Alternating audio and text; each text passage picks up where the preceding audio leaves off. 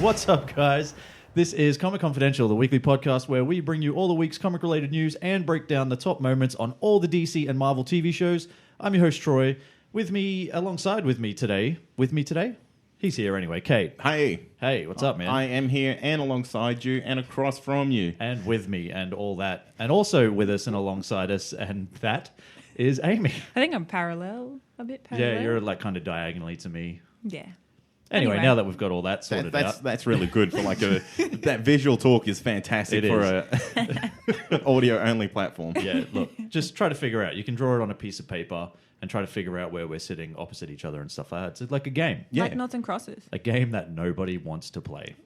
How is everyone? I'm good, mate. Good. It's been a big week. Another big week of TV. Always a big week. No, it's been like a little bit of a smaller week. Well, it's a little bit of a smaller week, but, you know, it's still...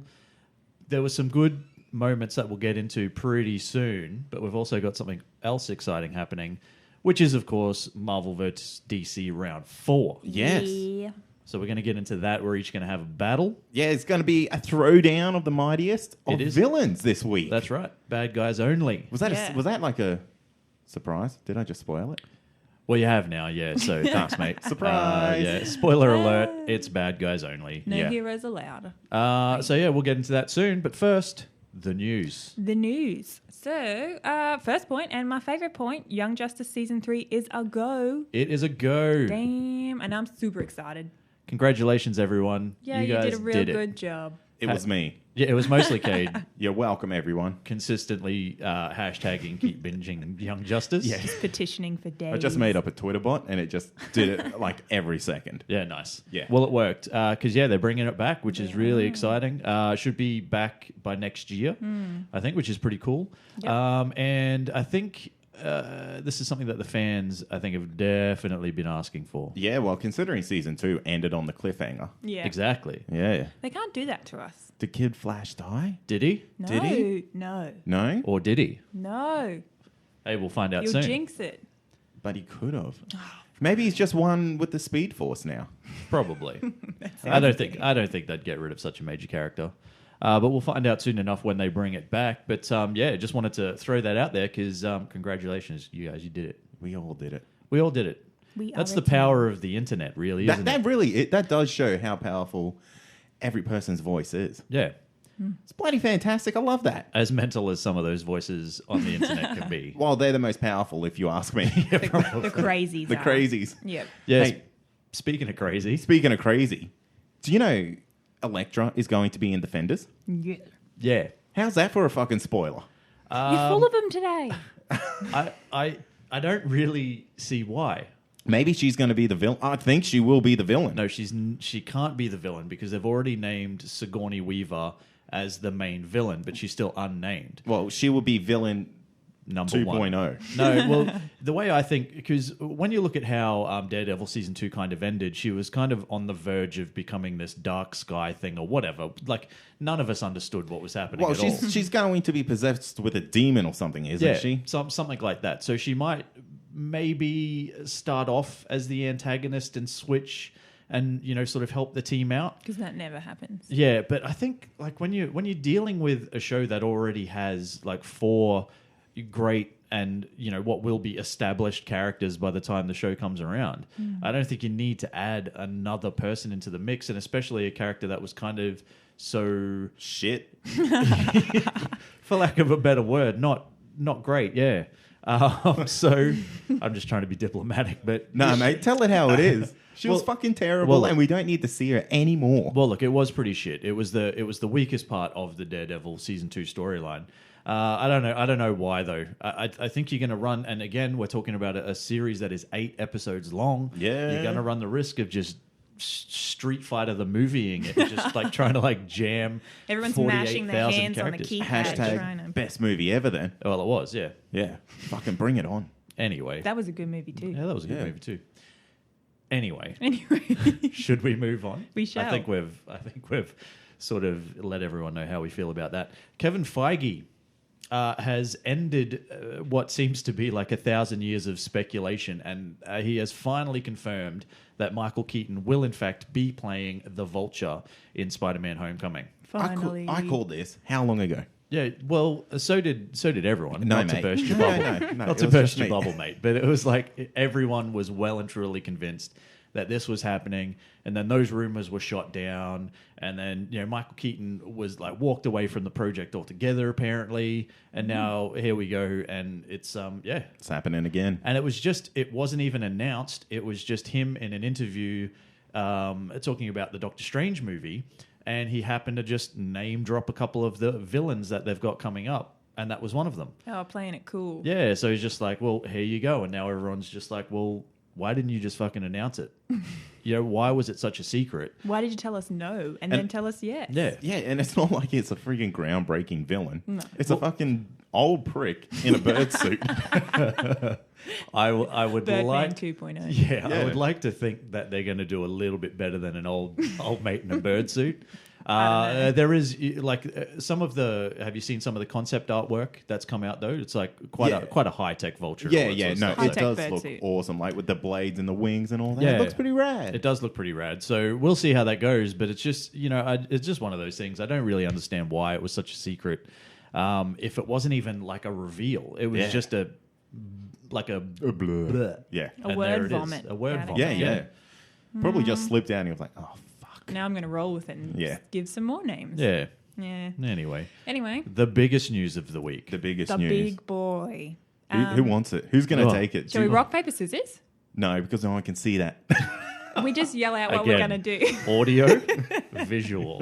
Fine, I'm not saying it. Okay. I'm not doing Okay, it. just All take right, it away. I'll mate. take it. So Bryan Singer is leaving the X-Men franchise. Yes. And this is, I'm throwing it out there, this is the biggest news of the year. In Yeah. comic book movies. Maybe. Maybe. Maybe. Name It's- something. It's up there. Name something more influential. Oh, wait.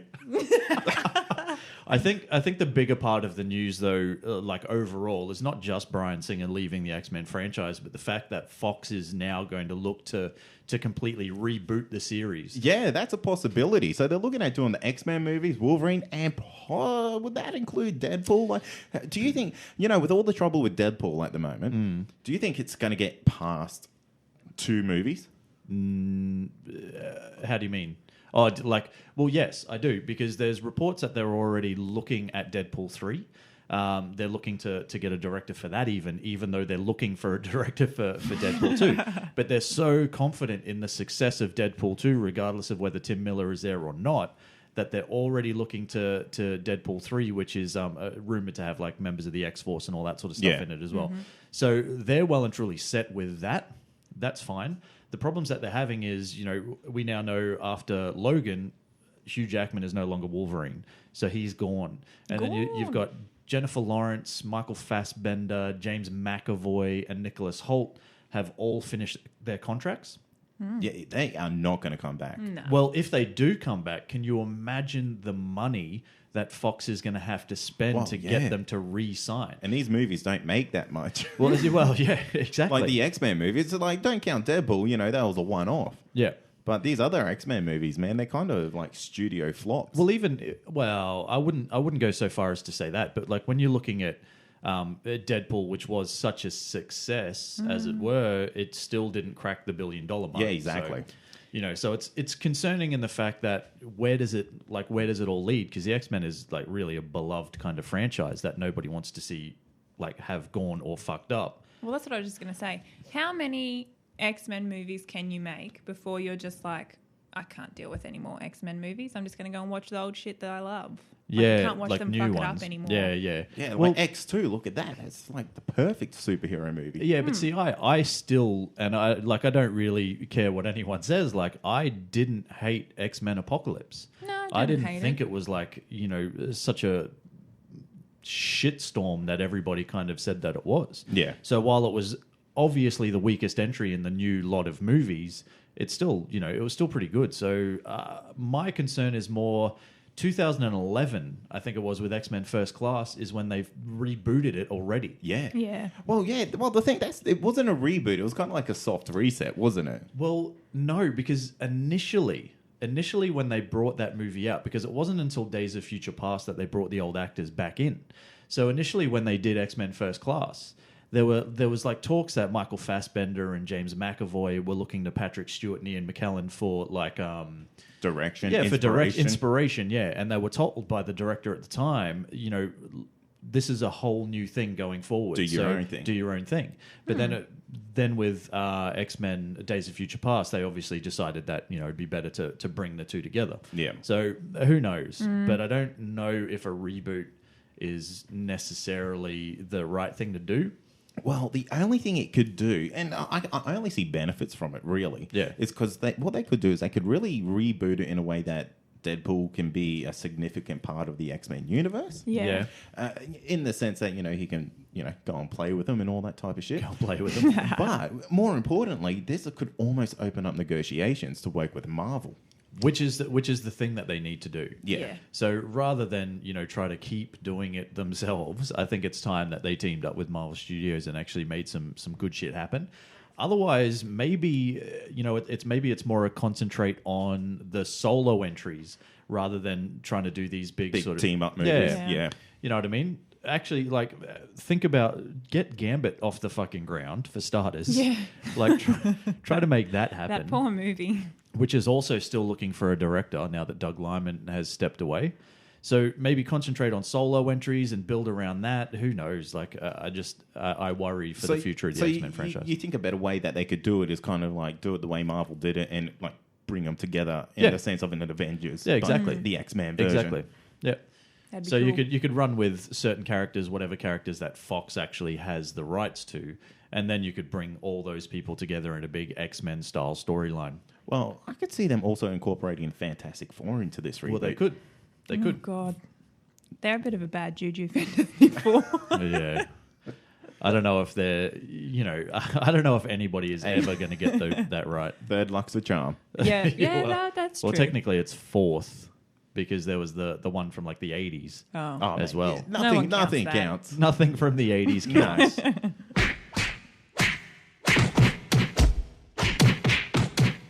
Okay, guys, and as we alluded to earlier, we are back with Marvel vs. DC Round 4, and it is, in fact, all bad guys. All of them. All villains. All villains. Villainy. So, basically, what we do, as we always do, each one of us will have our own specific matchup that we'll go through, break the fight down, tell who we think wins, and then the other guys will go around and basically either agree or disagree. Call him a dickhead. Move on. We might punch on. Who knows? Yeah. See how. It's a small space, so if they do punch on, things could Oh, get no, we're real. talking about you too, pal. Oh. Yeah. No, I'm going to hide If under we the start, table. you got to jump in.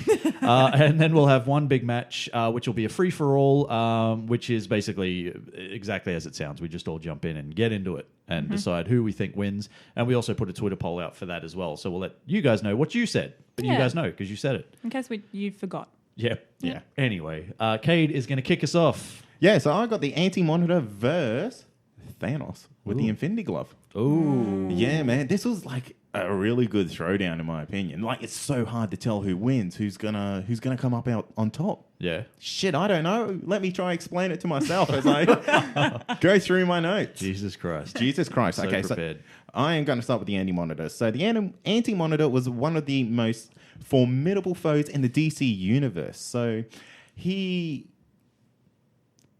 can do almost anything he wants. He can be mini, he can be huge. So he could be a meter tall, he can be a kilometer tall. He's ridiculous. Not only that, he's also destroyed and absorbed countless universes in the DC universe. So that's amazing. That is It's a amazing. big feat. It is a big feat. So He's got big feet. He's got big feet. And Or that's- small feet. Or small feet. So that's actually going to lead me to my next thing. His height and weight, it's variable. You can never tell. This guy could be anything he wants. Right. So his key abilities is, of course, his unique physiology. Yep. That is the word. That is the word? I think so. Physiology? Physiology. Physiology. Yeah. He's got energy projection, so he's able to make energy waves. He's completely invulnerable to measures that you cannot even understand. Energy absorption, so he consumes thousands of positive matter universes. Versuses? My goodness. Yeah. So universes. And power distribution, so he's capable of just making huge amounts of power and turning you into nothing.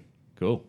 Absolutely cool. Impressive. And I am not going to really include this one because it's so close to Thanos. He has reality alteration. Oh, okay. Like, what are these two guys going to do? Keep making a reality change? Just be ludicrous. They'll just both be sitting across from each other like, Yes. reality. So basically, he is best known for killing Darkseid in the New 52 series of comics, which is no small feat. And he's also destroyed over 1,000 different universes and killing all the heroes in those universes. Wow. What a bastard. Yeah. What a prick, right? A mean dude. That's why he's on the bad guy So list. he's killed over 1,000 Supermen. Oh, damn. Yeah, damn. Holy. Yeah, damn indeed. So let's go to Thanos with the Infinity Glove, Infinity Gauntlet. Gauntlet. Is it Gauntlet Glove? Well- Call it what you want to call it. Glove is very like... Unimposing, isn't it? Yeah. I challenge you to a duel Yeah. with a glove. If the glove don't fit, you must acquit, sort of thing. Yeah. Yeah. Either It's or. a gauntlet. It's a gauntlet. So he stands at 6'7" and weighs a mighty 447 kilos. So that guy is packing some muscle Or fat. or fat. Well, he does sit down a lot. Yeah. So actually, that explains why he's built that chair. So you kind of all know about him. I'll tell you about the stones in the glove though. So he's got the time gem, which basically controls all the time at all. I guess At all times? At all times, yeah. It kind of sounds All weird, the but that's time, what at all that's what it times. does. Yeah. So it's got the space gem, so he can teleport with that one, manipulate. I guess how time and space work with that. He's got the soul gem. So he's Reality. got soul. He's got soul, man. Yeah. Man, you give him a guitar. Oh, yeah. Oh, he'll win Rhythm you and over. blues. He's also got the reality gem, so he can kind of alter how things work in Mother Nature, Yeah. Human Nature. Great band. That was a good band. Fantastic. And the power gem controls all the power in the universe, and the mind gem, which kind of taps into the consciousness of everyone and gives him the power of telekinesis. Yep. So, All wrapped in a nice little glove. all in a glove. Gauntlet. Gauntlet, yes. So he's best known for, of course, assembling the Infinity Gauntlet and killing half of the 616 Marvel universe with the snap of his fingers. Yep. So, how does it compare? Big question. I'm going to Yeah. give this to the Anti-Monitor. Only for the fact that he has done so much already. Really? And I tell you, it's hard because it all comes down to if he could destroy the glove Yeah. Yeah. or destroy the universe, because the Infinity Gauntlet will only work in the 616 universe. Oh, well, that's not fair. Where are they fighting? Well, it will be in Not the Marvel there. universe Yeah. to make it, Yeah, I guess everyone will be on an equal playing field because Anti-Monitor's not going to be weakened in any universe he's in. Yeah, okay. So they're in the Marvel universe. If the Anti-Monitor can start destroying that universe, start limiting the power of that glove, I think he's got it. I think that's a very big if. Well, yeah, it is a big if, and these guys are really quite close into what their power abilities are. Yeah. I'm saying everything that one person can do will null and void the other. Right. Yeah. So I think the fact that Anti-Monitor's size and just brute strength, and the fact that he has already defeated 1,000 other universes with a Superman in it, will give him the Not battle. the Superman, though, is it? Well, it's one of the Supermen. But I think that would just give him the advantage over Thanos. Okay. So you say Anti-Monitor, Anti-Monitor. Amy? I'm going to agree, just based on what you've told me about their backgrounds. Anti-Monitor sounds a little bit more seasoned. Yeah. So I will agree with you on this one, and this one only.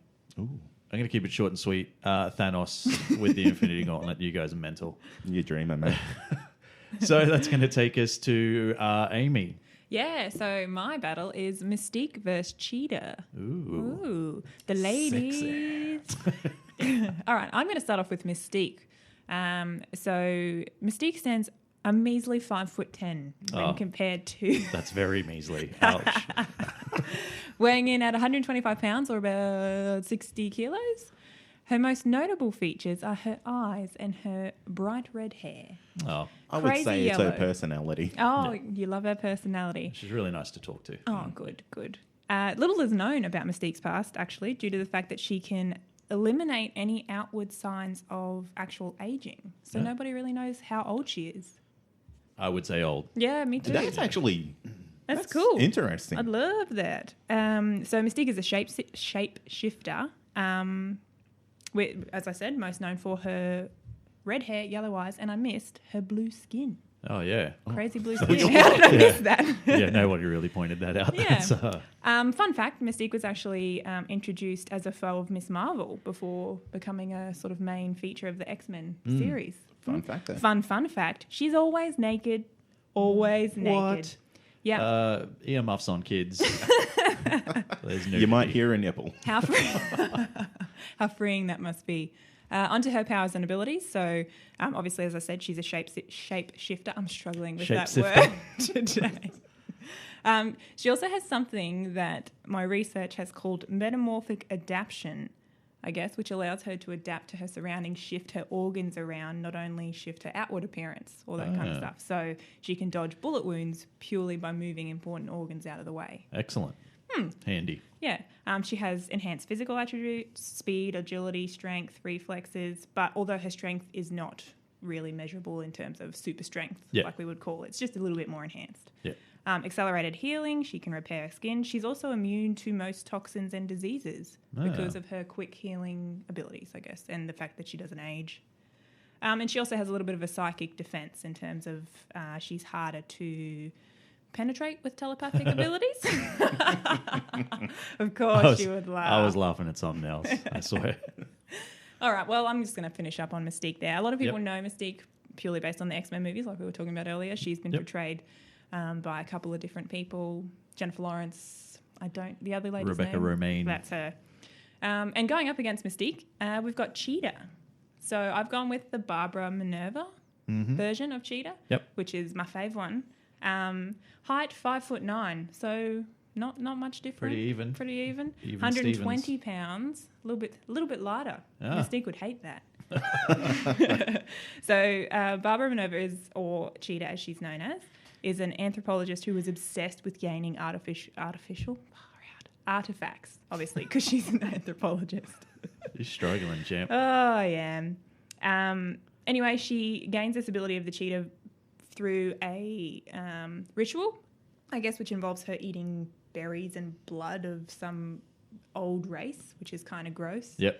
Berries, yuck. Yeah. Fuck, I hate berries. And she is probably one of the greatest foes of Wonder Woman. Yep. Yes, that's true. Gone up against Wonder Woman. That's Multiple times. Yeah, not an easy feat, as we were saying. Fun fact about her, she's got some team affiliations with the Secret Society of Supervillains and the Injustice League. Yeah. I guess. Her powers and abilities, the list is long.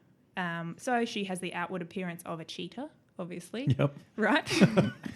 As the name suggests. She's super strong and durable, super, super quick. She's actually gone up against the likes of The Flash and Superman. Oh, wow. Yeah. And she's given them a little bit of a little bit of a touch-up. A little bit of a touch-up, right? Yep. She's agile. She's got razor-sharp claws and heightened senses, I guess, due to the fact that she is a bit of a cat. Yep. Right? Night vision, again, because she's a bit of a cat. And she's good at hand-to-hand combat. Because she's a cat. Because she's... What all cats are known for. And who wins? Cheetah, because she's a cat. No. Yeah. But in all seriousness, Cheetah is the winner of this battle, in my opinion. She's just got...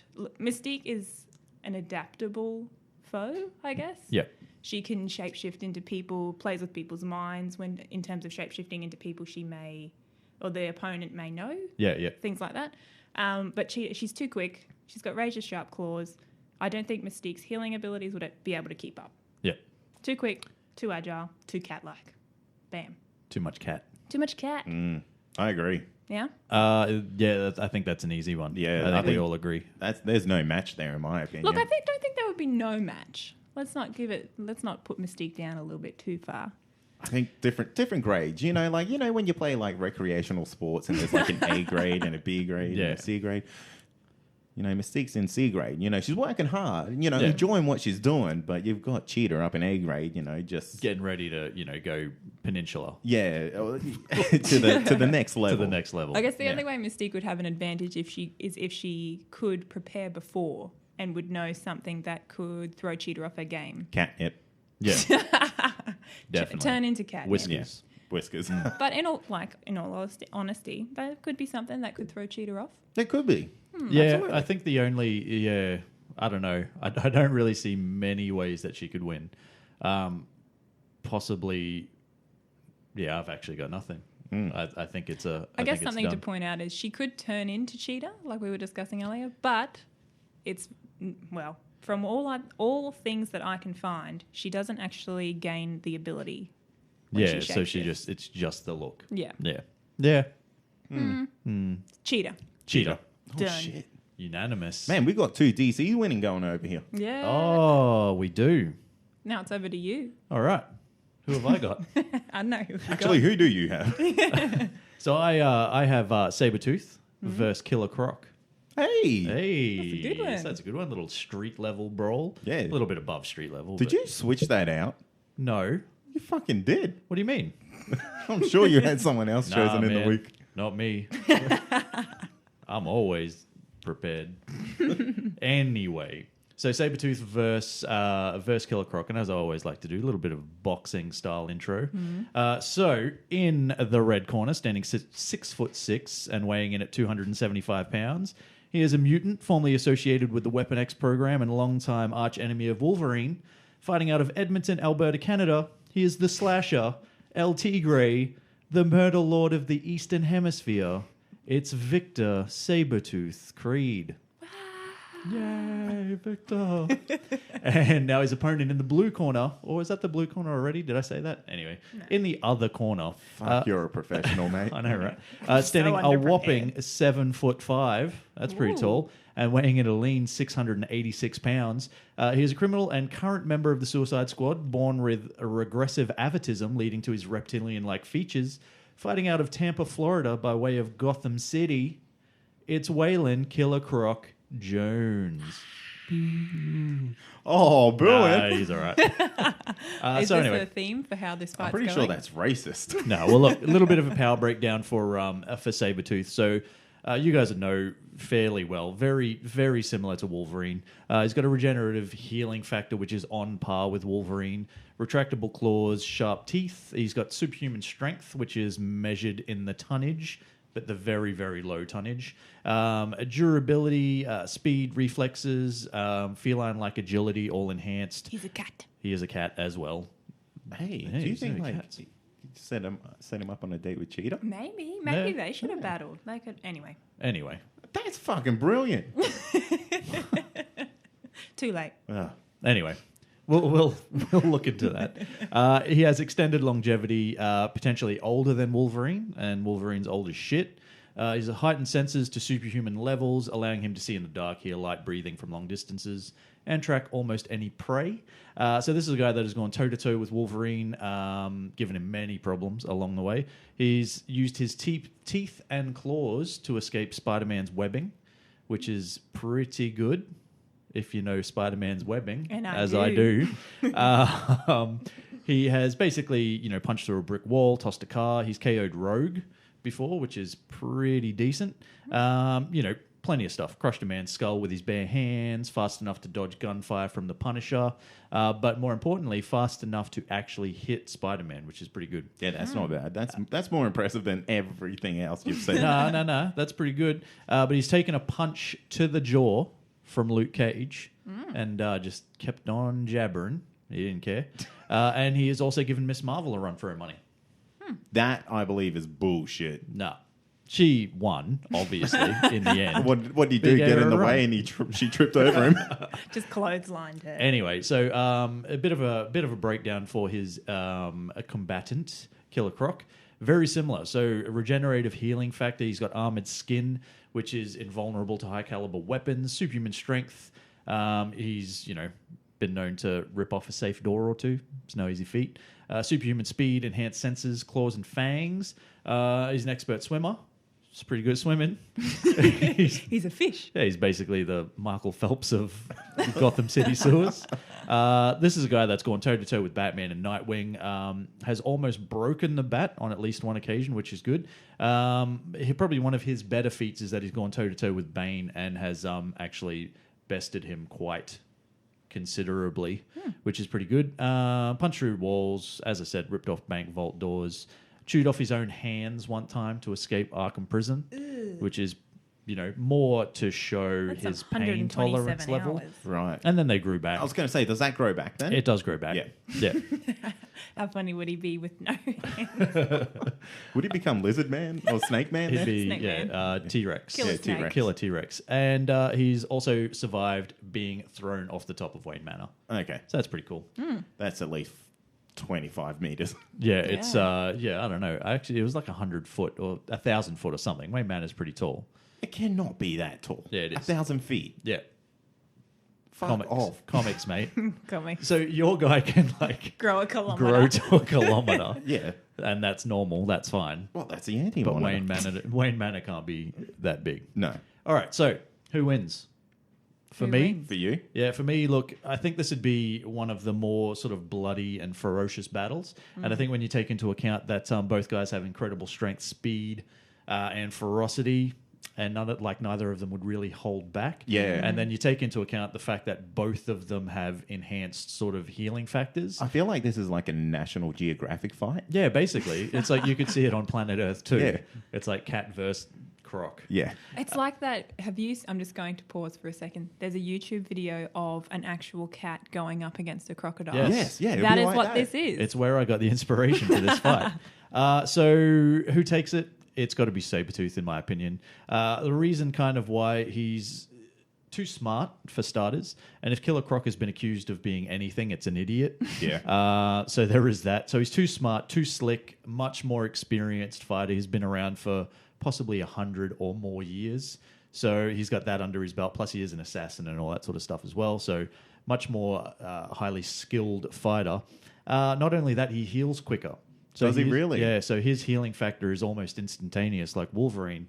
Whereas, when we're talking about Killer Croc chewing off his hands, took a week or two, I think, for those to grow Yeah. back Right. fully. So while it's still advanced, it's not anywhere near the advanced levels of Sabretooth. So, yep. Okay. Sabretooth for reals. Yeah, no, that's fair. And my question for this fight would be is how would Sabretooth's claws affect Killer Croc's Skin. skin? Yeah, I think when you're looking at... Because if it comes down to he can't penetrate him, what's he Hey. going to do? But yeah, if he can't do that, what's he going to do? I think... Now, this is where it gets a little bit contentious because there are two types of Sabretooth. So there's normal Sabretooth and there's Sabretooth with an adamantium-laced skeleton, which gives him the claws and everything as well.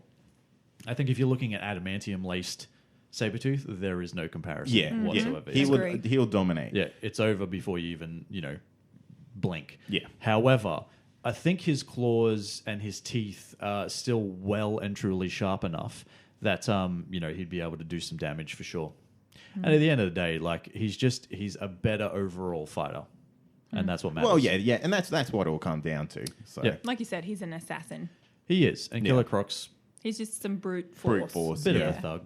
Yeah. All right, I'm going to agree with you. Oh, yeah, then. I'll agree. Oh, that's nice. We all agree. Yay. So that's a Marvel one. That's a Marvel. Ooh. Ooh, so this is the one. The decider. Oh, actually, no, it'll be tied.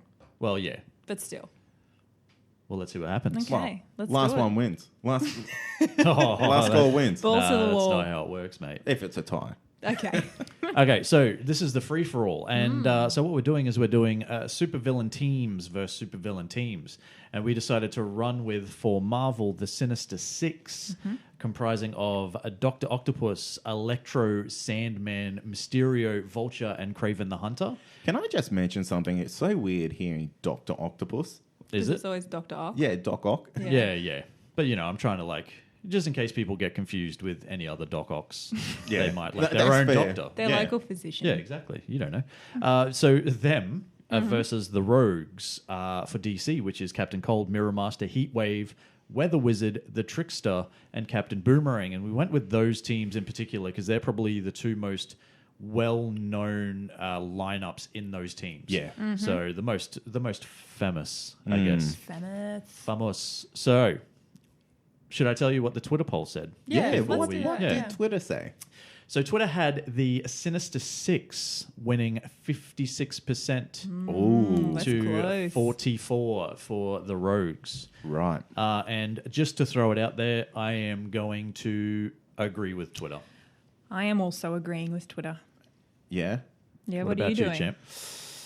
I'm going to agree as well. Oh, dang. Mostly What? because the Sinister Six actually have powers. That's exactly the reason. Whereas the rogues all seem to have, and then I guess it all depends on what version of the rogues you're thinking of. But let's say we're going with the rogues who all need their weapons Guns and or their things like wands, that. e.g. Well, we've Weather got- Wizard. Weather Yeah, Wizard, we've got Captain the- Cold, Heat Wave, Yeah. Captain Boomerang. Yeah. So yeah, I'm definitely going to say it's the Sinister Six, just because you have a look at that. There's what 1, 2, 3, 4 in there that actually have super. Well, I'm saying Enhanced super. abilities. They're enhanced people. Well, is that true though? Because I would look at probably, if I'm looking at Dr. Octopus, Electro, Sandman, Mysterio, Vulture, and Kraven the Hunter, I think you're only really looking at, say, Electro and Sandman, or even maybe Mysterio. Mysterio and Mysterio. Sandman, sorry, that actually have proper powers. The rest rely on tech. Or Kraven the Hunter is just a really good hunter. Yeah. And he takes some stuff that makes him really strong and shit. It's called steroids, kids. And then you've got the rogues. So Captain Cold, Heat Wave, Weather Wizard, and Captain Boomerang all rely on weapons. Yeah. But then it's the same, really, isn't it? You got Mirror Master and the Trickster. And even the Trickster doesn't really have powers. No, he doesn't. Yeah. I mean, I still stand by the Sinister Six. Yeah. Don't get me wrong. I think what you're dealing with is a bunch of villains, especially when you're looking at, say, Dr. Octopus and Kraven the Hunter. I think you're looking at villains that have got a better track record of battling their enemies or the heroes than you do with And the other putting guys. up a good fight, too. Yeah. Like being a formidable opponent. Yeah, that's right. Yeah. And one thing with the rogues as well is that there's always a lot of infighting with them. Yeah. Yeah. Yeah. Like that's almost what they're more famous for is fighting each other. Because Yeah, they don't pretty like much. each other very much. Yeah. Well, basically, they all teamed up because they were all too shit to take on the Flash. Yeah, exactly. So they all teamed up to basically become this super group, as it were, to take him down, and they still fail. Yeah. Not to say that they're shit, No. but I think in comparison with the Sinister Six, there is no comparison. Agree. So what's that? So So that's a Marvel win. that's a Marvel. So that's a tie. That's a tie. So Paper, scissors, rock. should we just give it to Marvel? Since the Sinister Six has more people in it. Okay, I look. like that logic. Okay, well, look, we'll give it to Marvel, and here's why. Because it evens it up. Exactly. That's what I wanted. So when it comes to episode 51, and that will be the last one. That'll be the last time we do Marvel vs. DC. That's It's the big one. It's That's an the big all-in. one. Yeah. Everyone. So we've now got 2 for Marvel, 2 for DC. Winner take all come 10 more episodes. January or whatever it is. And that's going to bring us to the weekly wrap, the segment where we wrap up all the top moments from all the week's TV shows, starting off with The Walking Dead, The Cell. Yay. The Cell. The Cell. Yeah. Should I get into it? Top moment number one? I think so. Just get into it. Okay. Dwight and Daryl get the full focus. Yeah. And I liked it, man. Did you? Yeah, I really did. Because that would probably be like the first question that I had before we even really get into anything is do you like these single focus storylines? I do, because I really feel it's going to lead to something a little bit later on. Yeah. Because, man, Daryl, he's the cult hero of the show, really. He is. They're going to have to do something with him within Negan's little plot here. Yeah. Because in the comics, Negan and Carl Coral. really have a unique relationship. Yeah. Because he takes Carl and kind of shows him everything that he can have and that he's not really a bad guy. Yeah. And Carl kind of gets on his side because of it. Yeah. I'm wondering if they're going to do something along those lines with Daryl. Maybe. So we should kind of throw out there major spoilers for potential future episodes of The Walking Dead. Yeah. Because we will talk a little bit about comic book stuff, I guess. Because this is kind of where this is headed. Yeah. It's very much because as we all know, Daryl is not someone who features in the comics and never has. So it's a character that they kind of have to. Well, Amy didn't know, apparently. I've told you time and time again, The Walking Dead is not It's not your jam. not my not my jam. bag. It's not That's my all right, though. marmalade. I like to. I just get a feel for it. You When sit back and just have a listen to listen. the smooth sounds. I just make little of noises Caden Troy. sometimes.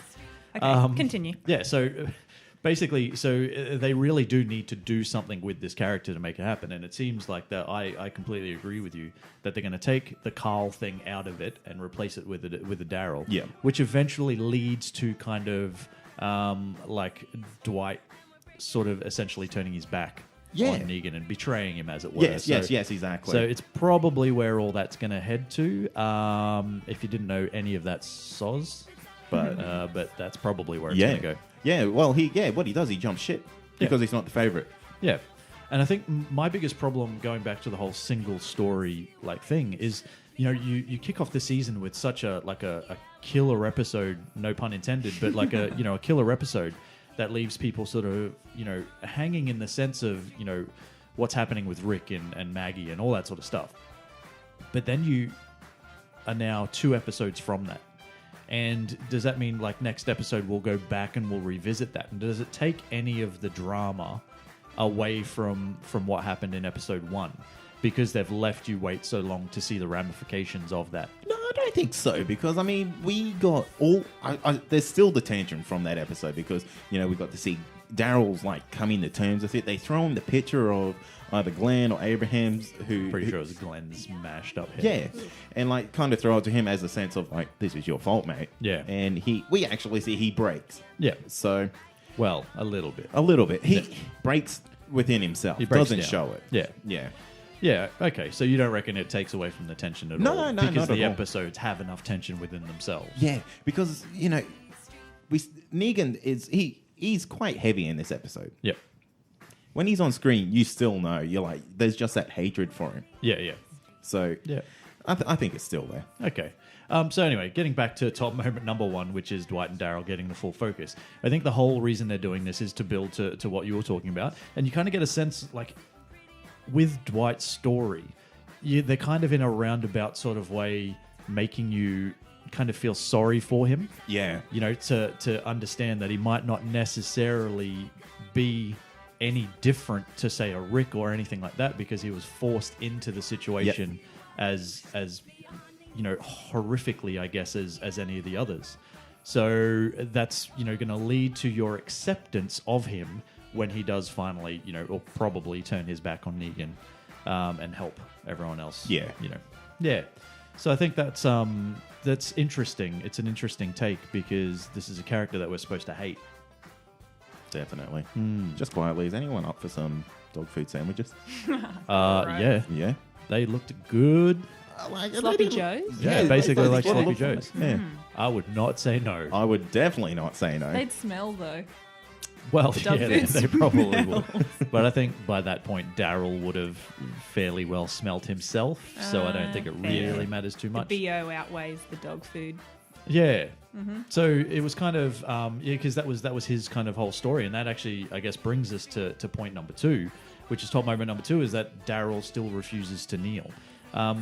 And so it started off, naked and easy street and all that sort of stuff being blasted at him the whole time, and sleep deprivation, torture, and dog food sandwiches and all that sort of stuff. And then gradually he was given like some PJs or whatever. Yeah, that's right. Then led around the yard. Yeah, that really made me feel like it was a throwback to the Governor days, because that's what the Governor did. Yeah, in the comics, he had this like little underground tunnel system where he kept all these prisoners, locked them up in rooms, and then would take them into like this battle arena. Yeah. And I was like, holy fuck, that's like come full circle. Yeah, sort of.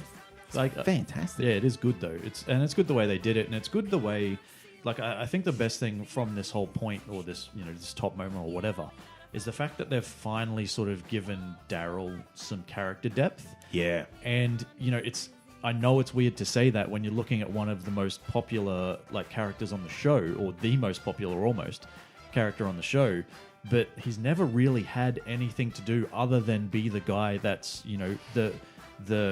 the tough guy that never sort of wilts. That won't crack. That never cracks, yeah. And he's got his trademark crossbow and he's cool as shit. And his hair's always in his eyes, which, I think could be annoying as fuck. But he seems to get away with it. Yeah. but they've never really done anything with the character save, an almost romance. Yeah, he had there was maybe 1 or 2 episodes with Emily. Yeah. Yeah, and that was it. That Beth. was it Beth? I think Emily's her real name. Maybe. Yeah. But it was that was it.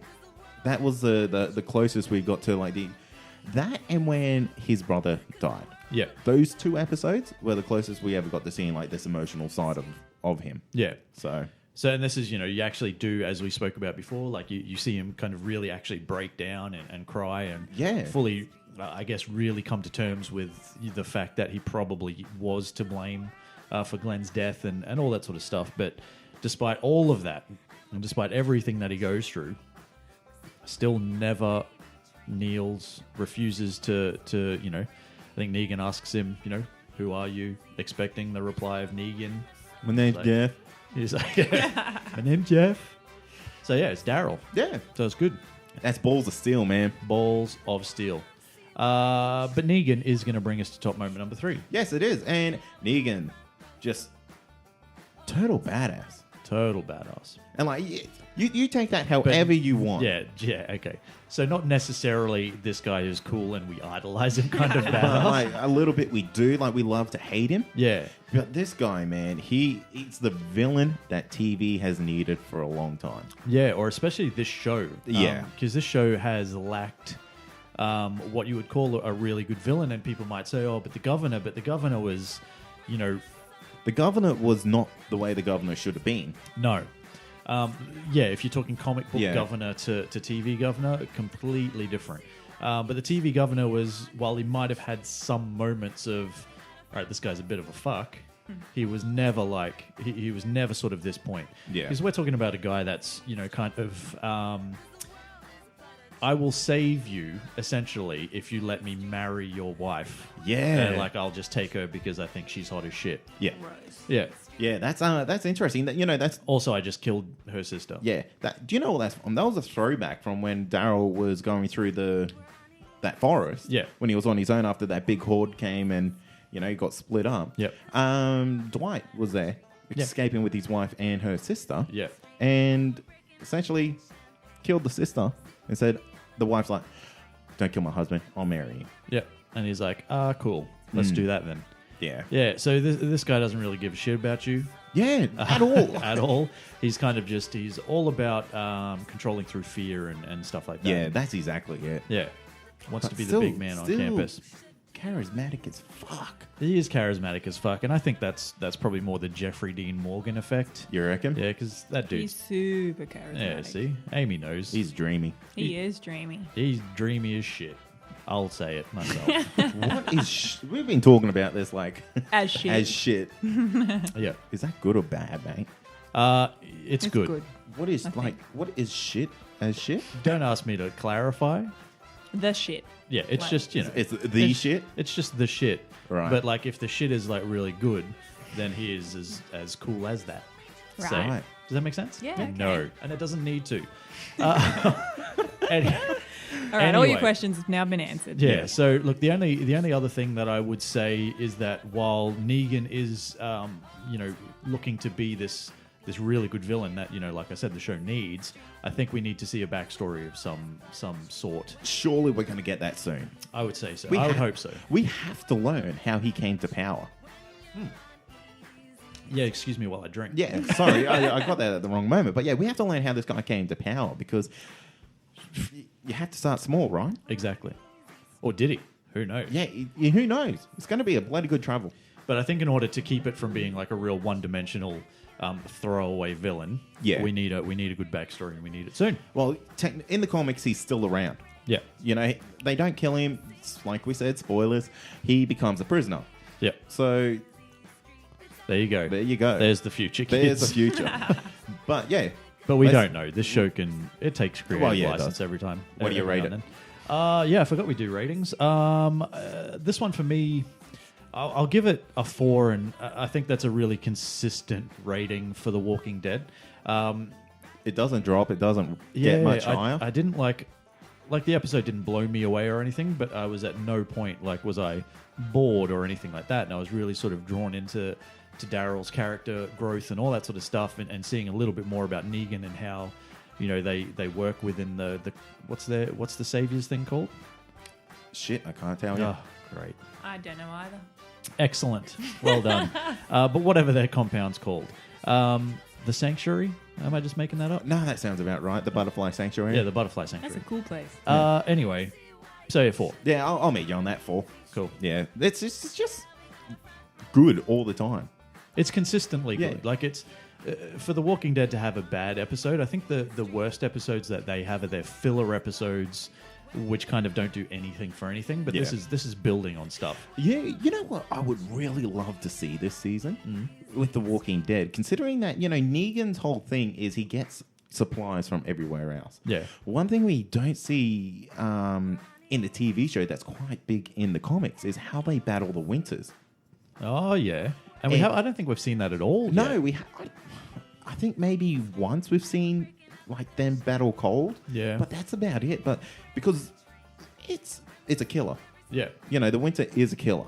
So especially if they're trying to make all this produce and all that, Yeah. how are they going to do that in the wintertime? Well, I want to see winter zombies too. Oh, yeah. Surely they would just become skeletons or something. Their brains would freeze, surely. Yeah.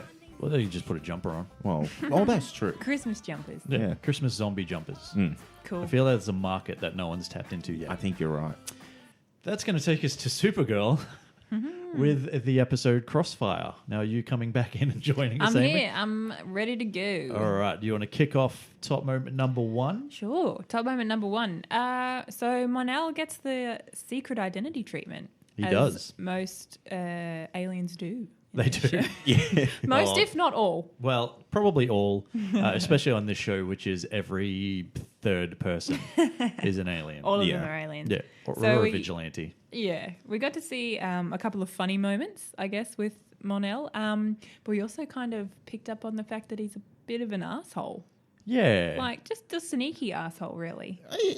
Is he sneaky or is he just like unaware of what he's doing? But because, okay, so you know the scene where he's with the assistant or whatever in the stationery cupboard and things like yeah. that. And he's like, oh, I didn't know, sorry. But then they're walking out, he's like, I haven't had sex in 30 years or whatever. Like, he obviously knew. He was just being a... How does he understand the concept of Earth sex? Yeah, exactly. Like, what if his dick is like this thing of like teeth and like he might not have thought this through. Or if he's not attracted to what is a normal looking woman's parts because he's used to things with teeth or Yeah, whatever. exactly. Because we don't know what happens on Daxam. Oh, that's right. What We happens don't. on Daxam stays Stays on there. Daxam. That's right. But they are known as being, like the party animals Yeah. of that Yeah. part of the universe. So How does that happen? Like a whole planet is like the party planet. It's like the party state. Yeah. I don't know, but it sounds pretty cool. Because, I love like that. around Australia, there's party cities. Yeah. There are. You Gold got Coast. Gold Coast. Yeah, exactly. Schoolies and toolies. But like a whole planet. Yeah. Like you couldn't even fathom a state or a country. Well, he's from there. So Well, I could imagine the schoolies on Daxam would have been unreal. Yeah, I'd say it's probably full of like space backpackers. Yeah. and that's kind of why it became such a party place. Yeah, that's perfect. Yeah. good call. Anyway, so moving on. Yeah, it's kind of he's you can call him an arsehole or you can just call him ignorant or whatever you want to call him. It's kind of he's just this young, good-looking alien dude who obviously sees he's got a bit of a thing with the ladies, as it were. He's not failing in the looks department, let's say. He's not. No. But I think what it does, the whole point to this story, is to build the relationship between mentor and mentee. Yeah. Between Kara and himself. Yeah, and what's interesting to learn is that Kara kind of finds out not everyone fits the mold. Exactly. Which, I mean, if he did fit the mold, I'd just give up on this Yeah. show. Well, yeah, it just you'd essentially have another Clark Kent Yeah, Yeah. exactly. rolling around. I don't want that. Not at all. We Yeah. already got one and he's sexy. But yeah. Yeah. But yeah, it's good. Kara finally learns, oh yeah, just do your thing. Just do your You do thing. you, I'll do As me. stupid as you may be, I'm going to let you just become this train because wreck. that in itself is not really good like mentor No. Yeah. advice, is it? He's yeah. got no job, no money. He sleeps in a cell? Yeah, he's obviously shown to be very irresponsible. Yeah. And now it's kind of like, you have these superpowers, but now I just want you to be you, and you go do what you want to do, which is going to be party and arm wrestle dudes and wrestle and shit. Yeah. Yeah. It's just like, who knows? Anyway, We'll see how it goes. let's move on. Let's. Top moment, number 2. I'm pinching this one because it gave me the shits. Okay. Yeah. And that is Jimmy turns to vigilante. Yeah. Fuck this. This is it's one of the dumbest things that the show has done. It is one of the most fast-forwarded plot lines I've seen in TV history. And I think where it's stemmed from is with Moving to the CW. Yeah, with the transition to the CW, they've found a place for some of the characters, but they haven't really found a place for this Jimmy Olsen character.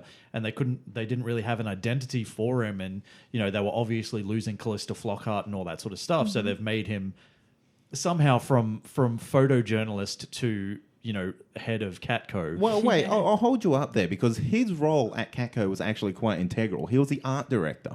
Okay. Oh. Yeah, so he controlled how the gonna magazine looked. Pretend I know what that means. He sorts out all the layouts when Yeah. the pictures go. He controls the branding, the identity of Okay, it well all. that's fine. That's fair. But he essentially goes from that to the head, and that's fine. Yep. But that's obviously not enough for them. So now they have to bring in this, as the CW does, this vigilante storyline. But why do they need a vigilante when they have Supergirl, they have Martian Manhunter? What the fuck is a vigilante going to do any better than them? Yeah, he's out of place. Yeah, why does he think he can Yeah. Oh, do any better? man, it's than Supergirl or he has a black Superman. belt, though. Well, he does have a black belt.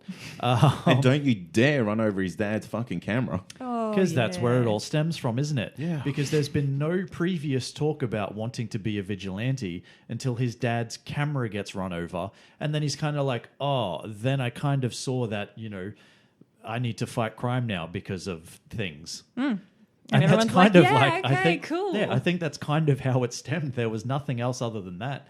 And it's, that's how the writers have put it across. And like, that's just fucking stupid. What do you think? Sorry to no, interrupt. no. What do you think his name is going to be? Guardian. We know that. Yeah. Oh, I didn't know that. I'll show you pictures of him because he looks fucking Oh, ridiculous. you have shown me pictures Yeah. of it. Oh, I'm a fucking idiot. Actually, he looks cool except for his helmet. It's like, mate, you will not see out of that. Yeah. Is that the one with the tiny slit? Yeah. Yeah, okay, I have seen it. Never mind, disregard that. Yeah. So worse than Diggle's first helmet. Yeah. Yeah. Look, this is just, this is very sloppy, and it's obviously they're trying to find space for a character that they don't know what to do with. Yeah. But yeah, it just, none of it makes sense, and it was rushed as fuck. Well, this guy is running this huge organization. Mate, you will not have time. I guarantee it. You will not have time to go out at night to fight criminals. And Yeah. then isn't it just going to be Arrow? Yeah. Like, I'm the mayor, but I'm also a vigilante, and I don't have enough time to do both. Yeah. Same That's a good thing. point. Yeah. Anyway. Top moment number 3.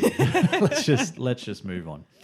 So the head of Cadmus just happens to be a Luthor. Yeah, isn't it?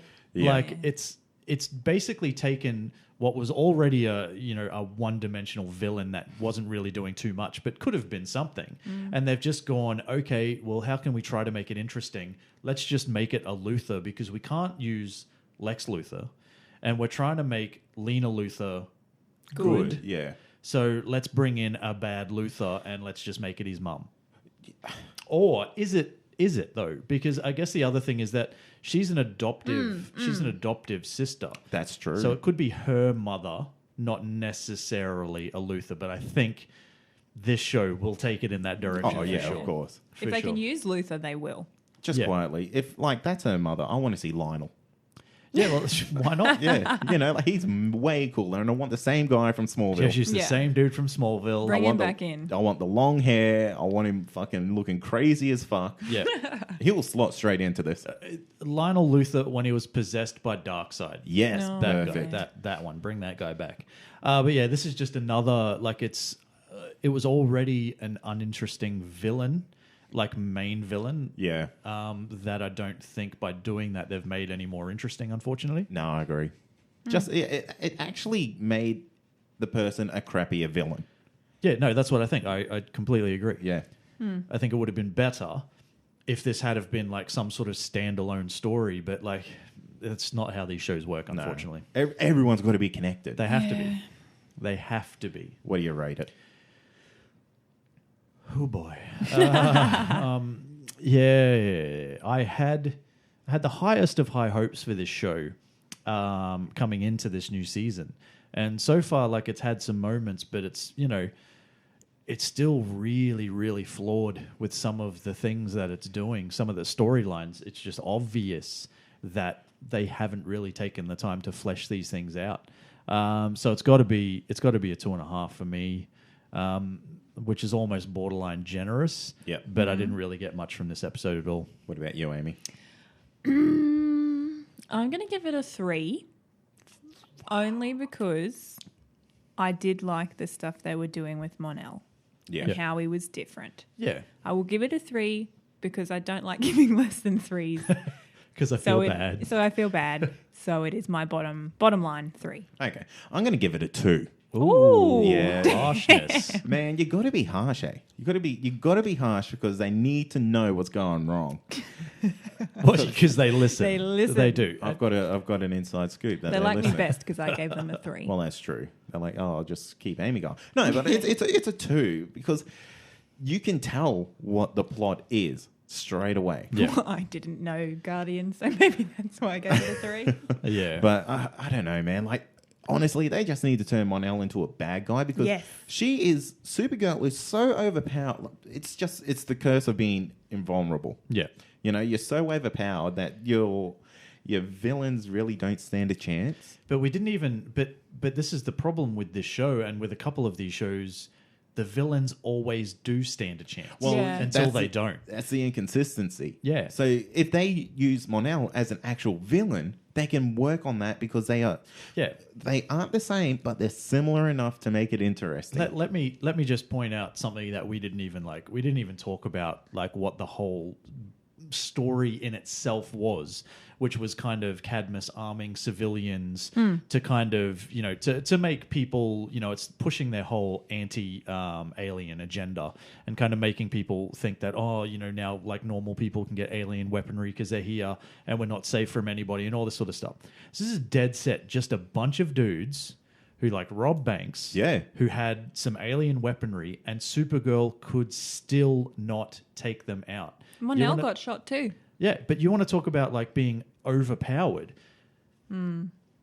What is super speed if you never use super speed? If you literally have the ability to move like faster than the speed of sound or whatever it is, you can beat a normal human guy before he gets to the trigger. Yeah, exactly. If Sabretooth can do that, why can't Supergirl? And it's frustrating as shit because she's not fighting people that are like her level or above.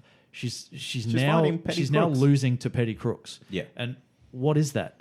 I know it's meant to show her, you know, that her vulnerability, and all that sort of stuff. But you know, I mean, fucking Jesus Christ, she's not, and that's the thing. Yeah. Like, so I think they're underpowering Supergirl, to be honest with you. Yeah. All Let's right, move on. Let's move on to something equally as infuriating. Yeah. Gotham, Mad City, Blood Rush. I may take back my lowest of 3.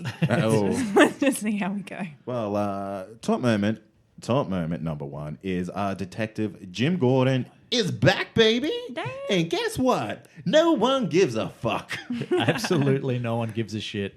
Not even Harvey Bullock, who basically turns around and says something along the lines of, if we threw a party every time you came back, we'd never get any police work done. But you don't anyway, he mate. does so much police work. None of them actually do any police work. They just shuffle papers to look busy. In fact, the only police work they do is when the villains walk straight into the police department. And they're kind of looking at each other like, who's going to do it? Should I get my gun? Yeah. Because, like, if we can, like, just reference last week, kind of, I think it was last week, or it might have been the week before. But you've got basically the Mad Hatter, who has no essential powers, who walked in with a bunch of overweight wrestlers, Yep. and tore the shit out of the GCPD. How does not one cop take them down? Well, a couple of them did get shot, because they referenced that 2 of the brothers out of the 4 or whatever died. But seriously, Yeah. You lose. You need to go back and reassess your training because it is fucking terrible. Mate, that's Gotham for you. It is. But it is better to have him as a cop than the bounty hunter, because even though he's probably the best bounty hunter out there, he was living a shit life, and I don't know how. Yeah. Because I'm pretty sure you can make some sweet bank being a bounty hunter. I thought he was making mad bank because he was kind of collecting from the police department every other day. But maybe... Shit must be expensive. Maybe. Maybe. It is Gotham City. I think, though... you're right. It's good to have him back, sort of, because it's going to build towards that that whole him becoming, commissioner and all that sort of stuff, which we'll probably won't see for the longest time in this show in particular. But he will certainly become captain fairly soon, in my opinion. But this is something that we've been talking about, that this is what the show should focus on. It should focus on being a cop show rather than being a superhero show. Yes. And have it, have it just as a normal sort of, police procedural, and have it focusing around Jim and Harvey as, Getting into the cop shenanigans. Yeah, CSI Gotham type of thing. Yeah. Or whatever, you know what I mean? But yeah. So, but what they do is they try to put all these, Batman villains and, even young Bruce Wayne and all that sort of stuff into the show, because that's what they think we want, and we won't watch it unless we're seeing these names dropped and all that sort of stuff. But when the show works best, in my opinion, is when it's focusing on Jim and Harvey, and that's what it needs to do more. Yeah, for sure. Agree. So that is going to bring us to top moment number 2, though, which is Captain Barnes goes berserk. It was crazy. Man, he hulked out, eh? He did Super Hulk out. Hulk. Just he ripped the guy's head off. Just Clean casually. Off his head. Just casually. Yeah. And he's just Off accepted. with his head. Yeah. But he's just accepted it now. He's like, this is me. This is me now, This you is who guys. I am. But I'm still going to try to be a cop. But I'm also a killer. Well, because how they came to this is he approached the Mad Hatter and said, tell me some stuff that I don't know, basically about Alice's blood and all this sort of stuff. And it's basically, it brings out your darkest desires or whatever, and what it's showing is that How does that blood know that about me? Mine would just send me to Kmart and I'd spend all my money. Yeah. That's my dark. I'll buy the shit that I want and not what my partner wants. That's how level I'll get up in this bitch. Yeah, I think for myself, I'd probably just eat Tim Tams nonstop. And KFC. Tim Tams and KFC. Nuggets. But going back on track. Getting back on track. So what it essentially did is it showed that while he's still a good guy, his deepest, darkest desires is actually punishing the criminals in a way that he can't because he's bound by the law. Yeah. And this is where all this sort of stems from. But it's to a point where he's freakishly strong, and it's kind of come to a point where he's kind of settled into it. And it ends on Jim Gordon kind of finding out, sort of, that Barnes is going around severely beating the shit out of / killing criminals. Can I just make a fun little note about this actor? The last 3 things I've seen him in, he plays stronger people. Yeah. So, Gotham, he's now this strong villain. Yeah.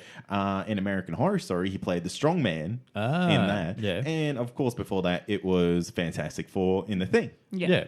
And I think even in The Shield, to a lesser extent, which is kind of what he was probably most well known for, he was also this really, tough, hard as nails cop. But it's just the look of him. Yeah. Just look at him. He's built like He's pretty jacked. well, He's not Diggle jacked. it's a Diggle different is type of so jacked. jacked. Yeah. It's like Holy Fat Man gosh. strong. Yeah, Fat Man strong. Yeah. Fat man strong. What are we talking about? All right. Well, I think that Top means we're moment number going 3. number 3, which was did Penguin just kill Isabella? Is she dead now? Is it? Is that? I'm what confused. happened? Is it Isabella or Isabel? Oh, I don't know. No, it's Isabella, isn't it? Is it? I don't think it matters. The chick who looks like Kristen Miss Kringle. Kringle. Who actually turns in the Christian Oh, fuck. Christian Bale. Christian Bale. I'm Batman. Turns into Kringle. She turns into Kringle. Kringle. Yeah, how weird was that scene? Yeah, that was... I was weirded out. So this whole thing, this whole thing revolves around this whole Penguin Enigma, Isabella, relationship whatever, triangle. love triangle, whatever it is. So this is kind of like, it's a situation where Nigma's come to the point where he's kind of like, I can't be with you anymore because you look too much like Kringle and I'm just going to kill you. Basically, that's how it's going to happen. Yeah. So he decides to break up with wants Penguin to do it for whatever reason. Yeah. I don't even know. Because they're in primary school, mate, and that's how you do it. Yeah. Well, just write her a note. Yeah. Just like slip it under her door. But basically the best way, so she's all like, no, that's not going to happen. Thank you very much. So the best way she decides to prove that everything's going to be okay is to dress exactly like the woman that he killed and then go as far as to like put his hands on her throat and stuff like that. And then it's just I am almost to the point of being lost for words because I don't really care Yeah. to even talk Accurate. about it. That's Yeah, accurate. 100% accurate. But can I like make one note? You may. There was no Fish Mooney. I know. Oh, so it gets an extra half point. Extra half point. Damn it. Correct- So correct. maybe we'll keep with my Correct me if I'm wrong, but was there no Bruce as well? No, Bruce. Oh, Is that another half point? Okay. Things could get really bad. Oh my god, because this be the highest performer of the week by default. Gotham's going to get an 8 out of 5.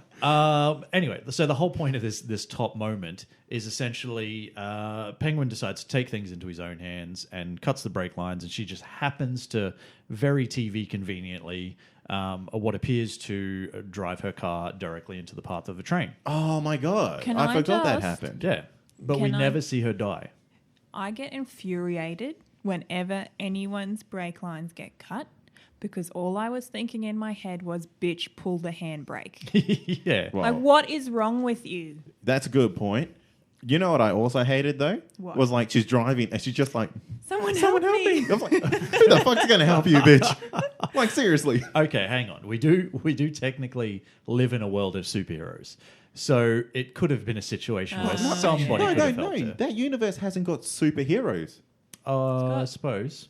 got villains. Yet. Hasn't got superheroes yet. That's fair. Yet. But god damn. Well, yeah. I completely you're right. forgot that happened this episode, and you just remind me, and that's like so fucking ludicrous. And you're right, there's no dead body. So yet. you guarantee She's this not is dead. not done, and this is going to throw more fire into this whole love triangle sort of thing, as ridiculous as the whole thing You know what? is. I can tell you what's going to happen. Penguin and Nigma will now get together because Nigma will be sad because she died. And then she will come back and break them up. And there'll be drama. See, but I don't think Nigma's into it. No. I think it's very much a one-sided kind of like an unrequited love, as it were. Yeah. Maybe. In Penguin's mind. Yeah. He was talking to himself at the end there too, Penguin. Yeah. He was a bit weird. He's kind of Crazy. losing it. Anyway, shall Probably we? the two characters that I had the most hope for, that they are now doing the shittest work with. Yeah. You know, I actually heard I read this interesting theory about why Penguin is turning into this really shitty character. Is because he was like quite obviously a very loving person to his mother. Yeah. Like he had that really odd relationship. And then when he found out he had a father, he had that very odd relationship with him too. Like, I love you, Dad. I've just met you. We're fucking... Yeah, but I 2 love you days. so much. Yeah, exactly. So he gets attached. He gets attached. So I Yeah. think, what I read is that people think he's filling that slot with Nigma. Oh, he wants to fill that Well, slot he with wants to Nigma. fill that slot, but yeah, that's what people think. Could be true. And yeah. when I read that, that actually made sense Yeah, to me. it does. But is it building to like an almighty downfall to lead to him becoming, the Penguin that we all know? Yeah, absolutely. Or is this him now? Is No, this no. how the character they is going have Uh, to to be? progress him, Yeah. surely. It'll all build up to like him proclaiming his love to Nigma, and he'll be like, nah, mate, Yeah, sorry. not me. And no, it will happen. Big And then downfall. he'll have a broken heart and he'll be like, well, fuck everyone. Yeah. Okay, but just remember that we're talking about Gotham. So anything is possible. Rating. So remember, It's got a bonus It's point. got one got point. a full bonus point. Okay. All right, I'll go first. Okay. With that point, it goes up to 3. Yep. I agree. I'm sticking with my 3s. Yeah. 3. I'd say 3.5. If I'm going to rate this week's episode of Supergirl at a 2.5, I'd probably have to rate this week's Gotham at the same. Because again, it's not like, it's not like everything was terrible, but it kind of almost was. So Pretty sure nearly everything was. yeah, so 3.5 with its bonus points. Yeah, fair Okay. enough. All right, so Agents of S.H.I.E.L.D. is on break. And that's on break for a while. Yes. Yeah, it comes back the same time that the crossover starts. It's crossover week. Really? Yeah, That week is that's going to be ballsy. insane. I know. So they're going to fucking come back ballsy. to compete with the CW crossover, Damn. which is massive. That so is. They better blow some stuff up like crazy. they'll do something. Yeah. So that's the 29th of November. And The Flash, that's also on break until next week. I Yeah. didn't know what to do with my life without the Flash this week. Oh my gosh. I was TV sad. wasn't worth viewing this week without The Flash. Or was it? Or was it? Because that brings us to Arrow. Hey. And so it begins. So who wants to go top moment number 1? Me. Yeah. Yep. Okay. I don't think you've read one out yet, mate. Yeah, I've haven't I surely. Top moment number 1. So there seems to be a little bit of dissension amongst the ranks of Team Arrow, as it were. A little bit of a Team A, Team B kind of thing going on. Well, to be fair, they are on a different level. They are on a different level. And it has caused so much drama for Team Arrow because of that.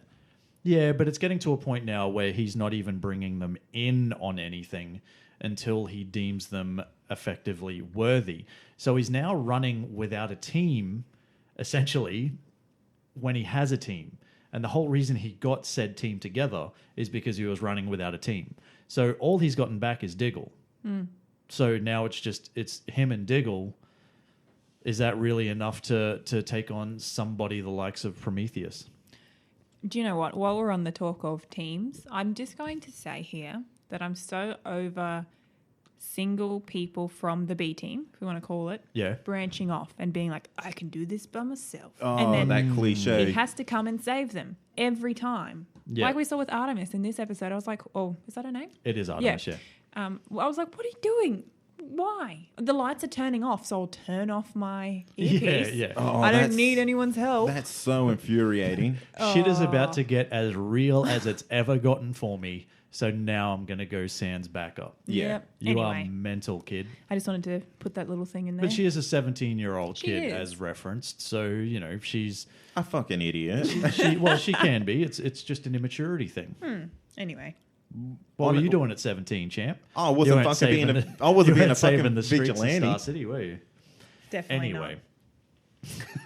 So what else happened? Oh, yeah, okay. So if you want to talk about dissension amongst the ranks and all this sort of stuff, can I just I don't really know how to put how dumb this is, but Felicity deciding, to take it upon herself to bring her brand new police boyfriend into the fact that she works with the Green Arrow. Yeah, that's a rookie error.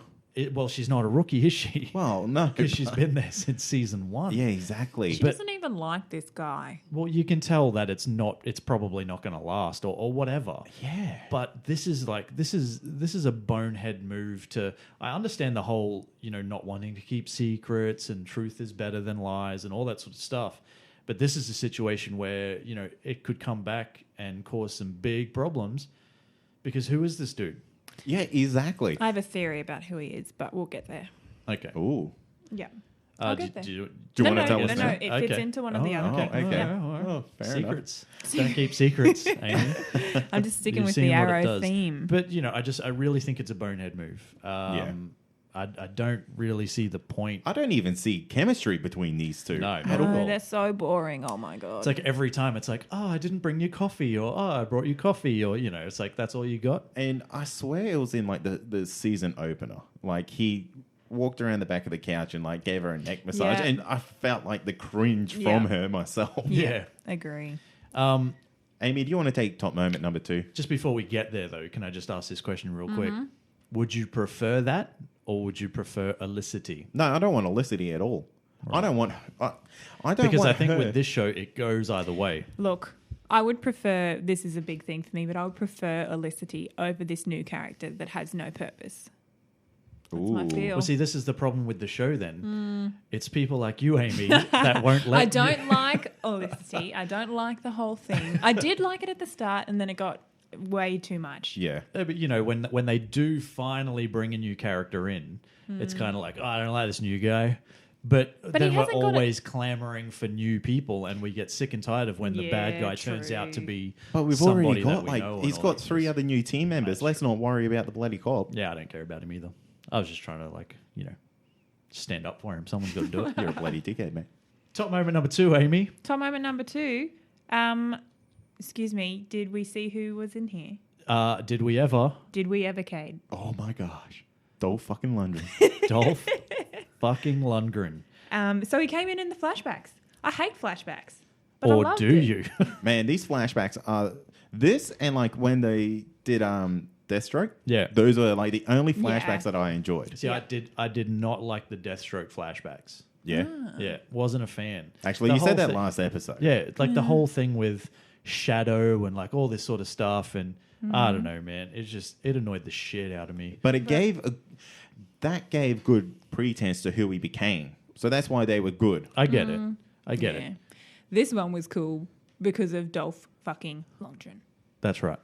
Right. And he was playing, I guess, to put into context, the Konstantin Kova, who has been the baddie name that's been thrown around in the flashbacks for episodes. Can I just say, could they have chosen any other name? Other than Constantine. Yeah, because like it gets me every time. I'm like, oh, motherfuckers. Well, we did ask them to bring back Constantine.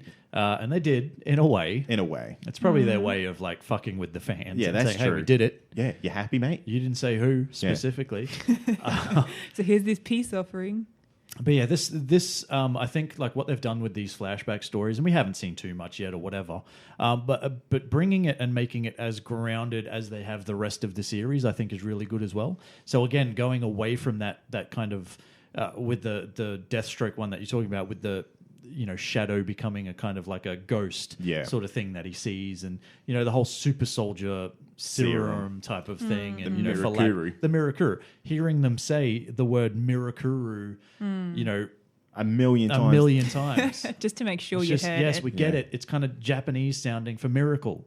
We understand. Anyway, I don't know why they didn't call it the miracle serum or whatever.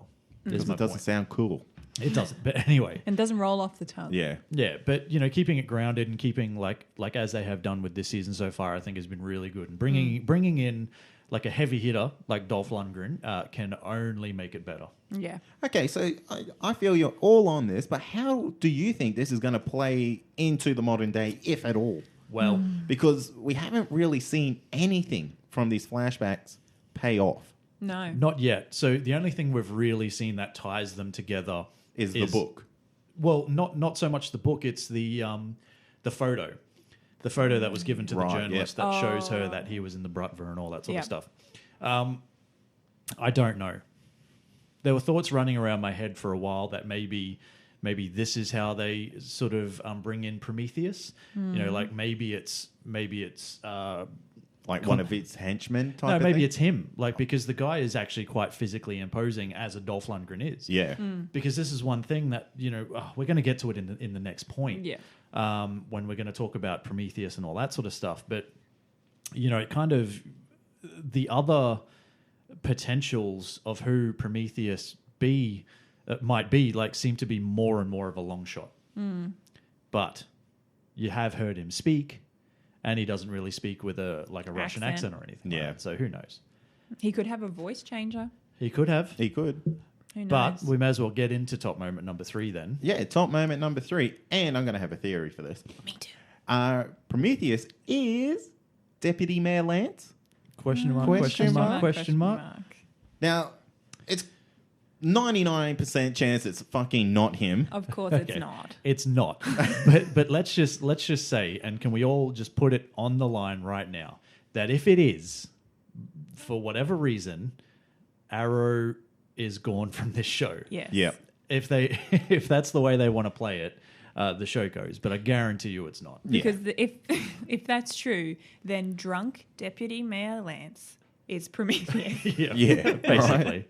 Right. And is While he's blacked out, he becomes Prometheus. Yeah, blackout drunk, and you just become this expert fighter and marksman. Yeah. If I'm blackout drunk, I can't even get up the stairs. I'm done.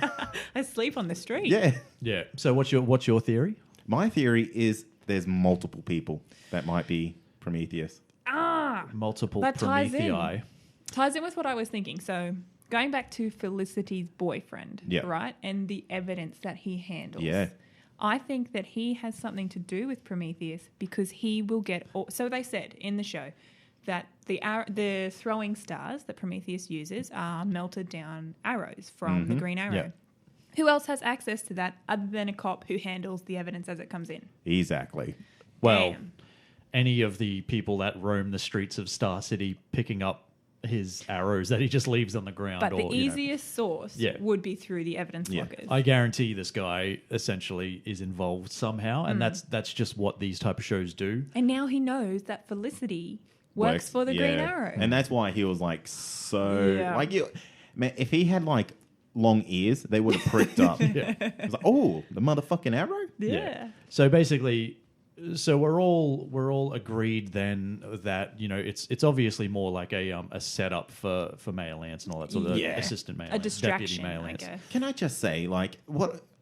No one was there to like find him like that. No. So is he like, oh, am I setting myself up here? Yeah. Because It's he wouldn't just so- know about Artemis cutting Yeah, Prometheus exactly. in the arm. But what I think from what I've read, and this is potential spoilers for future episodes, is that he actually kind of I think confides in Thea, and I think that's kind of how it all comes out and comes together. Yeah, but Thea shouldn't even know either because she's like, I'm not part of the team. Well, I don't know. I'm off the Is she team. or isn't she? Who knows? Anyway, whatever happens, it's pretty smart by Prometheus to sort of run this way because you actually really have no idea who he is. Yeah. However, it still seems to be more pointing towards Tommy Merlin than anyone else because Yeah. there's so many throwbacks now to season 1. Yeah. Yeah. And I don't know why you would do that if it wasn't, Tommy Merlin. Exactly. And especially when you're looking at the focal point being the book, which Tommy had such a problem with. Yeah. The fact that, Oliver came back with this kill list and, Yeah. was a vigilante going around like killing these people, these citizens of Star City or whatever. And that was his biggest problem. So it's definitely all pointing towards Tommy Merlin, but it also points to the fact that there could be multiple ones. Yeah. Because the one that we see, like, I guess the most of or most close up, is quite big. Yeah, he's a pretty big man. He's a big dude, and Tommy wasn't a big dude. So, tall, jacked, not Tommy. Time will tell. What do Time you will rate it? tell. What do you rate it? Yeah, I liked it. I'd probably easily the best of the week for me. So I'd give that if I gave Walking Dead a 4, I'd give it a 4.25 just to be above that. Yeah, fair enough. But I am, as I said last week, I am really enjoying what they're doing with this season. Yeah. It's come good. What about you, Amy? I'm going to give it a 4. It was probably my favourite show of the week. Out of the 4 I watched because I don't watch Walking Dead. But 4 for this one, purely because it had substance. Yeah. Yeah, I'm going to give it a 4.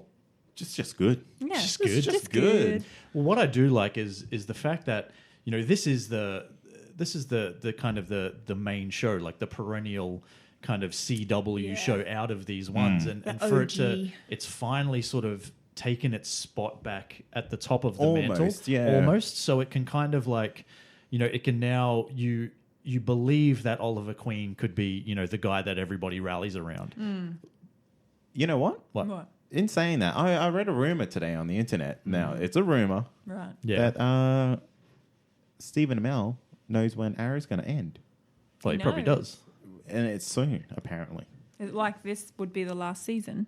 No, I don't know if it's this season, but Well, I don't think they've got a lot more in them. And I Yeah. don't think you need to. Like, these shows don't necessarily need to run for, Ever. 7, 10, Well, 12 that's it. seasons. You can- Supernatural. you can, live as a hero or see yourself to become Smallville. Yeah, You know? basically, exactly that. Nobody wants to go the way of Smallville. Yeah. No, It was great though. it was. Let's move on. Legends of Tomorrow episode Compromise. So top moment number 1 is that Obsidian explains what happens to the JSA. Obsidian. Obsidian. What did I say? Obsidian. Yeah. Bit of a I'm thinking of the bow. Poseidon. Yeah. Yeah. So what did happen to them?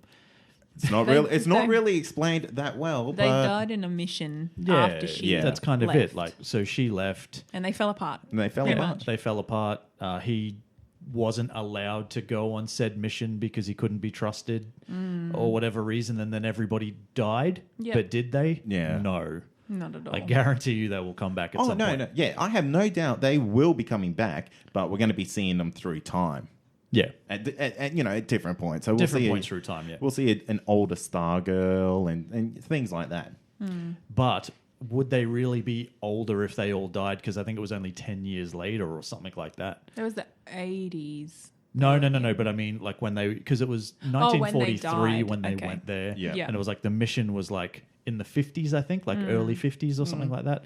I could be just making shit up. Probably. Sounds It's plausible. what, it's what we do. Yeah, it's what we do more than anything. But yeah, so I don't know, man. This whole episode was a bit to me. Yeah, I don't know, man. I think this might have been one of the more fun episodes from them this season. Can I just point something out though that's been confirmed? Yeah. Yes. Is that the guy who Obsidian. Obsidian, my goodness, Obsidian. It's been confirmed that he is the son of Alan Scott, Green Lantern. Ah, Yeah, that's pretty cool. that is cool. Where did you see that? It wasn't said in the show. Was No, it Like, wasn't. I didn't miss that. No. It's only. I think it only got released today or yesterday. Oh, okay. Yeah. Dropping could the be seeing- Easter eggs. Yeah, we could be seeing.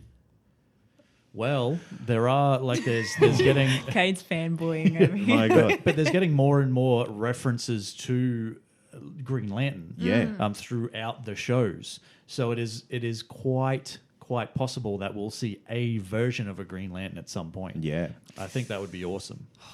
And what's interesting is, now I do believe this was mentioned, is that he kind of had a falling out with his dad. Who did? Obsidian. did. Obsidian, Yeah, okay. Yeah, Yeah. okay. So maybe we'll see something, a flashback for that. Maybe. Man. I don't know. Flashbacks everywhere. Well, this but whole the show is for it. based on it. Yeah. Yeah. But is it a flashback or is it like the Flashback current in time. present? Yeah. Oh my God. What? Creating a Mind paradox. blown. Either way, other stuff happened. Yeah. Like top moment number 2, which was the Heatwave and Ray bromance. My favourite part of this episode. It's pretty cool. I like what they got going on This was something that I got into in this episode. I thought it was pretty cool. Pretty cool the way they did it. And And it's it's funny too. It is because they're such polar opposites of each other. Whereas when you look at a Rory and Snart, they're kind of very similar in the sense that Yeah. they're both bad guys and brooding and talk with their bad Deep guy voices voice. and all that sort of stuff. But this is very much like an apples and oranges kind of thing, and it works pretty well. Yeah, absolutely. I mean, you see Ray, like his bad boy thing this episode was taking Ronald Reagan's jelly beans. Yeah, yeah, You know, like, That was the best. yeah. And kind of like where he's like, you need to be more cool like Snart, and he just leans up against the he's wall. like, and, I'm being cool. That's Snart's jacket. Yeah. Yeah, I found it. I'm being like Snart. yeah, I love Ray. I say it every week, I'm pretty sure. Yeah, he's pretty amazing. Yeah. yeah. He's my But fave. but it also goes to show the ability that Mick Rory has to be like a strong sort of fan favorite character as well. Yeah, absolutely. Because he's some of the more comedic moments of the show He's by pretty much far. all of them. Yeah. To be, he's at the source of all of them. Yeah. Let's yeah, be honest. definitely. By some point. But Yeah. unfortunately, though, he did have to sacrifice his newly given cold gun to stop whatever was happening. There was a bomb or It's a something. bit of a theme for him, isn't it? Yeah. Having to give up his tech. No one lend him anything, Yeah. like at all. Because he'll just ruin it To save a the bomb. day. Yeah. He'll ruin it to save the day, but he'll ruin it nonetheless. Now, this was like a pretty interesting thing because, like, in this episode, we see Rory. He's like, "Just be you. I don't like you trying to be like Captain Cold. Yeah. like you're not Colonel Cold. You know, yeah. anything like that. Just be you because you're making me feel things. Yeah. yeah. Like, which I thought, this guy's hard as nails. Yeah. And he doesn't want to say, you're making me sad, bitch. Yeah, well, it's going to be interesting when they probably reintroduce Leonard Snart As back a into the villain. show. Yeah. Fairly soon. And, with Ray almost asking permission to destroy the coal gun is like, I feel like that's Rory's way of like moving on. Yeah, kind of letting go. Yeah. Yeah. What's Ray going to do now, though? He doesn't have anything. He's got to wait for his new suit. He's got no gun. Well, the thing is, we know he's got a new suit. Yeah. Because there was promo images released from the CW, or was it Entertainment Weekly? Entertainment Weekly. That shows Ray in a new suit that's a little bit darker. By the time the crossover comes around. Yeah. Yeah. Which is only 2 Two weeks. more episodes Yeah. before we get to the crossover. Yeah. Cool. Well, there you go. So cool. So that'll happen. Yeah. So that's a spoiler alert there for you. So- Top moment number 3. Yeah. Damien Dark is set to change his destiny, I guess. This annoyed me. Did it? How did this annoy you? This Okay, is to be- setting up the most amazing thing. But let me pinpoint the bit that annoyed me, and it has to do with Sarah. Yeah. Going in there, they're like, okay, anything you do now will alter history. If you do anything to Damien Dark, things get fucked up. Yeah. So what does she do? She goes and tells him his entire life. Yeah. How And- does that not? How you and would she should have fucks just killed everything him? up. Yeah. No, you're wrong. I don't think she is. No, you're absolutely wrong because Reverse Flash was already doing this. Yeah. Taking him through But the she time doesn't stream. know that. No, but So, she's kind of saying, sorry, no, Jax, we can't go and do this because anything we do could fuck up history. Yeah, she's a hypocrite. However, not only does she at every single chance just Try to drop fuck. everything to try to fuck over Damien Dark, she then goes and essentially rewrites history. But I have a question for you both. Do you think this is the CW's subtle way of kind of trying to get us to forget about the shitstorm that was Arrow Season 4? It's kind of like, it's their subtle way of like rewriting all of that. Well, you it know what I could mean? be. Like Yeah, a little maybe. bit of tongue-in-cheek. Please just forget all the events of Arrow Season 4. it could be. Or but are they not that clever? I don't think. No, it could be, but I don't think they're that clever. Look, but I'm sure it will be a good storyline. It's gonna no be doubt bloody about amazing. it. But it just irked me because I was like, damn. Legion of Doom, Amy, man. Yes, Come yes, on. yes. It's going to be amazing because they're going to the future now. Yeah. Because he In wants the to go little pod. see. Yeah, in the little time travel pod. He wants to see like how bad his plan is fucked up. Can I ask the question, do you really think that the Legion of Doom is going to be that cool when it consists of Leonard Snart, Malcolm Merlin, Damien Dark, and Eobard Thawne? Yes. Really? Like, Yes. really, though? They'll be formidable. All some of the weaker villains of, like, all of these shows have come together to... We spoke about the Yeah. Rogues before and how they were all shit individually, so they had to team up. And It's how kind cool of are the like rogues? that. Yeah. See? No, Mate, you've answered your own question here. I don't think I have. I think you have. I think everyone knows I'm right on this. All right. All right. But Sarah saying that shit would not have altered it because, the Reverse Flash, to go back to the point that Amy was making, is because he's already baiting him. He's Yeah. like, But I think the point that is being made is that she doesn't know that. She's just being annoying. So she's just kind of, regardless of what the effects of it are, she doesn't give a shit. And that's she the point. told Because she Jax that doesn't he know. can't. Yeah. well, she is reckless. She is. She is reckless as fuck. Now, I do have one problem with what she did this episode. She said something that didn't make any fucking sense. Please she tell goes, me. that was a speedster. Yeah. And they go, oh, like the Flash. And she goes, no, quicker. Yeah, how can you tell that? How the he's fuck do you quicker? know that, bitch? Yeah, that's true. It's like you barely interacted with Barry. That's fair. And we've kind of already established that, unless she doesn't know how quick Barry is now, which she probably wouldn't. But she wouldn't have known really anyway because their level of interaction was, I think, her getting Minimal. sent off. Yeah. How can you tell that they are that fast when they're there for a second? Yeah. Hey, she is a member of the League of Assassins. She's Okay. we get Ninja. reminded Okay. every episode. Okay. And don't get me wrong, because She's a she has ninja. actually gone from what I would call one of my least favorite characters from any of the shows ever, save Laurel. Keeping it in the family. She's like, I rate her quite highly in the show. I do like Sarah as a character. Yep. That scene just annoyed me. Yeah, that's fair. Okay. Ratings? 3.5. Yeah. For me? I like that. 3.5. 4. All right. Oh, All right. You were watching something else, champ. You know what? I would have gave this 4.5 if there was more 80s songs. They blew it on that. Oh, They that was something could that have. was like the danger zone as Yeah, they were walking danger into zone. That the, was into the White House. cool. That was cool. Nah, 4.5 just for that. You reminded me. Jesus Fucking up there. Okay, half 10. a point added. 10 just out of for 5. The danger Yeah, zone 10 being out of played. 5.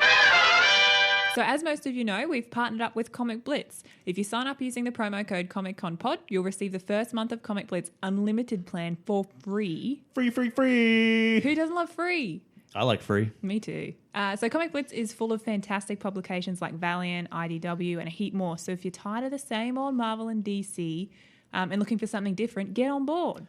Get on board, you Get guys. on board. You know what you can get on board with this week? What? Comic of the Week, because it's back. Because you're back. Because it's been gone for like 17 weeks or whatever. I feel like you really limit the market if you only keep it to like comics. You could be like, hey, let's branch out. Here's the hip hop album of the year. Check this out. Yeah. Or like, hey, Where does it end? Guys. Here's my favorite loaf of bread. yeah. Hey guys, have you checked out Helga's new rye bread? It's really good. It's Have you? so- No, I like, haven't. honestly, it's good. Is it really? Yeah. They Well, do see- it like a 7 grain too. Anyway. 7 grain. That's so many So this week's grains. comic of the week is Helga's Rye Bread. Yeah, get it into you, I guess. Yeah. For reals though. For reals, though, Comic of the Week is back, and it's back with a Marvel entry, but it's the brand new adventures of everyone's favorite Norse god of thunder, Thor.